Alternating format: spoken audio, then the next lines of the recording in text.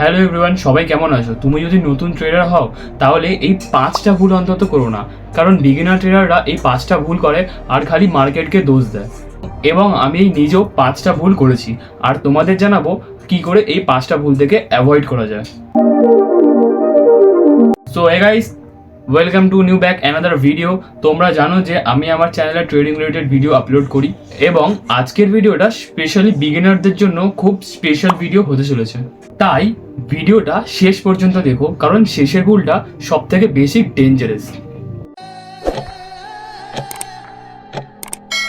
Okay guys, first ভুল হচ্ছে over trading. Market open হওয়ার পরই বারবার ওভার ট্রেডিং এর সূত্রে ভুলভাল ট্রেড পাঞ্চ করা।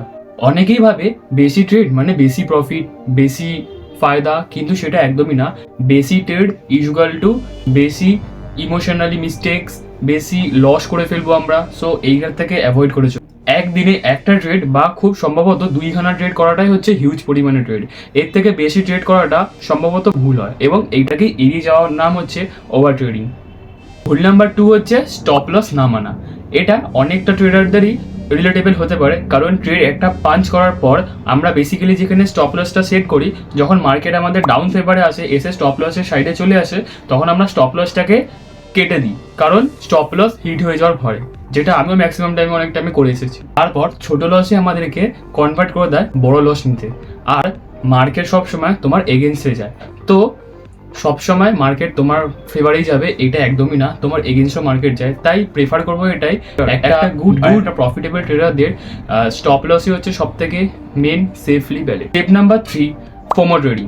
এই ক্ষেত্রে অনেক সময় এরকম হয়, যখন আমরা চার্টের সামনে বসি আর চার্ট ওপেন করতে না করতেই আমাদের সামনে যখন একটা গ্রিন বা একটা রেড হিউজ পরিমাণে আপ সাইডে যাচ্ছে, সাডেনলি আপ যাচ্ছে, সো সেই জায়গাটা বেসিক্যালি আমরা যেটা ভুলটা করি যে আপ যাচ্ছে মানে গ্রিন, মানে আমরা বাই সাইডে একটা প্ল্যান করে নিই, আর সেল সাইড যাচ্ছে মানে তাড়াতাড়ি আমরা একটা সেল সাইডে প্ল্যান করি। সো এই কারণে আমাদের ম্যাক্সিমাম কেন আমাদের প্রায় অলমোস্ট 70 থেকে 80% এসএল হিট করে। তাই সেট আপ কখনো রেডি না হলে কখনো ফোমোতে এসে ট্রেড নেবে না। মিস্টেক নাম্বার 4 হচ্ছে অন্য কারো স্ট্র্যাটেজি মেইনলি ফলো করা।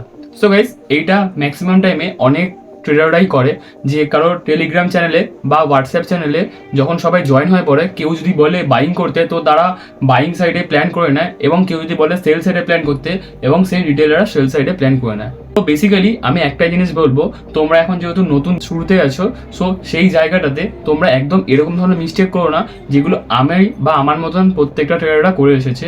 তোমরা নিজের স্ট্র্যাটেজি বানাও, কারণ এটা তোমাদের পরবর্তী ফিউচারে লং টার্ম টিকে থাকতে সাহায্য করবে। যদি তোমরা অন্য কারো মেইনলি মার্কেটে ফলো করা স্ট্র্যাটেজি তোমরা যদি ফলো করো, সো সেই জায়গাটা তাদের যদি লস হয় তোমারও লস হবে, পুরোটাই ডিপেন্ডেবল তার উপর হয়ে থাকবে। সে যদি একদিন টেলিগ্রাম চ্যানেল ডিলিট করে দেয়, তখন তুমি কোনো কিছুই দিশাহারা হয়ে যাবে, কিছুই খুঁজে পাবে না। সো সেই জায়গাটাতে তুমি তোমার নিজের স্ট্র্যাটেজি বিল্ড করো, যেটা বিল্ড করতে আমি তোমাদের সাহায্য করব। দেখতে থাকো পরবর্তী আমাদের ভিডিও।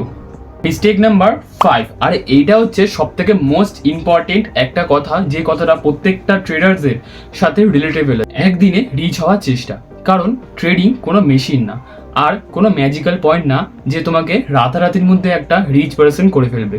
অনেকে এক্ষেত্রে 500 টাকা নিয়ে আজকের দিনটা এক্সিট মারে এবং পরবর্তীকালে 50,000 টাকা এক্সপেক্ট করে।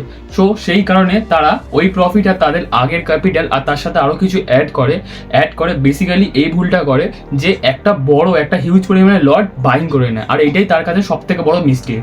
কারণ ট্রেডিং আমাদের প্রত্যেকটা ট্রেডারদের কাছে হচ্ছে একটা স্লো গ্রোয়িং, কারণ ট্রেডিংয়ে আমাদের মেইন যেটা ইম্পর্টেন্ট সেটা হচ্ছে কনসিস্টেন্সিটা হচ্ছে সব থেকে বড় ইম্পর্টেন্ট একটা পার্ট, আর স্লো গ্রোথ হচ্ছে ট্রেডিংয়ে লং টার্মের জন্য খুবই পাওয়ারফুল একটা হিডেন ওয়েপন, যেটা বেসিক্যালি সবাই ইউজ করে।